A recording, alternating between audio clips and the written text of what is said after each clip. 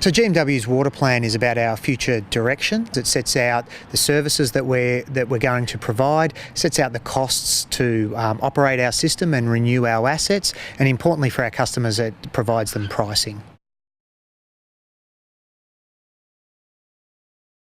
We've done our most extensive consultation period ever. We did around 30 customer information sessions, and that covered all of our range of customers. And importantly, we also sought feedback via online, through email, on our internet, and also via letter.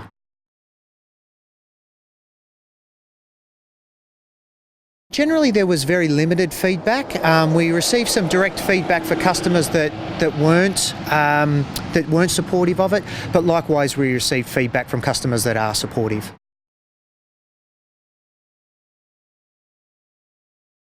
So we had Deloitte review various aspects of our water plan. Importantly, we got some feedback from customers about, particularly around some of the pricing strategies that we were doing, and we wanted someone to come in independently and check the rationale for us. Oh, that's good. And what did they find?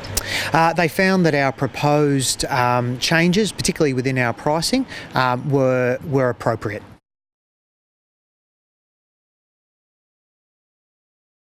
Well, look, it's really important for us. It's about the sustainability of the GMID. It makes our prices simple.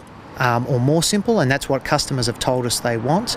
They've also told us that they want our pricing to be more stable and predictable, and it helps in that cause. And also it allows us to continue to take costs out of our business, and we've heard loud and clear from our customers they want us to be more efficient.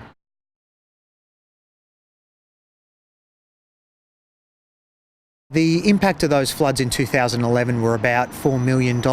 With district pricing and a flood of that magnitude and the costs of that, would have meant that our districts could have incurred, a single district could have incurred up to a 70% price increase in 1 year, and likewise between 10 and 20% over 4 years if we had have spread it out.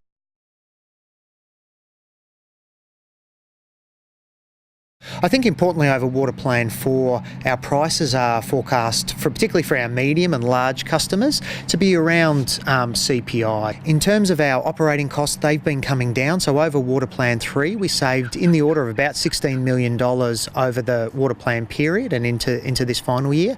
And we plan to keep those savings coming through into Water Plan 4. And in fact, with some of the changes we're proposing, so particularly from our move to a uniform delivery charge, we think we'll be able to save in the order of about $850,000 a year, and that will flow through in this water plan.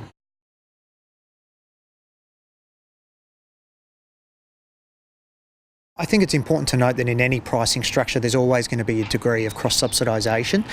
Certainly for our business, as our business changes with the rollout of the Connections project and modernisation, a majority of our costs become either centralised or we share them across districts, and that's also the way in which we get cost efficiencies within our business.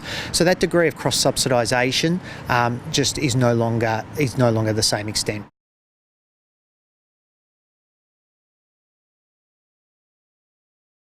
My wife and I have a cropping farm at Congupna. We use about 2,500 megalitres a year.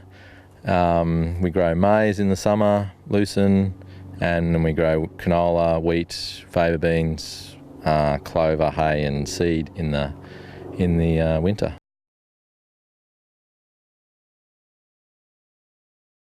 Well, we think that district pricing's been unfair to Shepparton customers, really. We didn't inherit a system that was up to scratch when district pricing come in, and we've been modernised under a different system to every other area.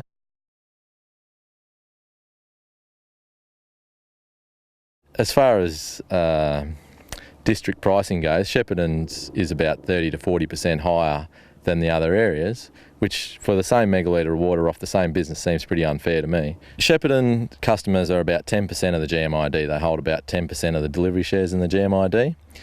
And for a Shepparton customer's price to go down by $10, everyone else's price would have to go up by $1.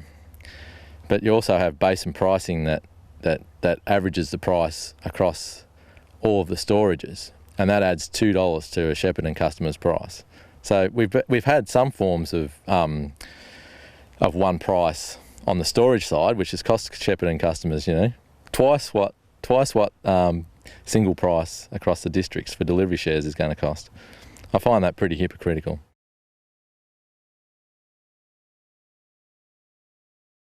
Well, no one likes unpredictable pricing, especially when it comes to, prices might go up a lot. A small increase in my bill would be thousands of dollars increase.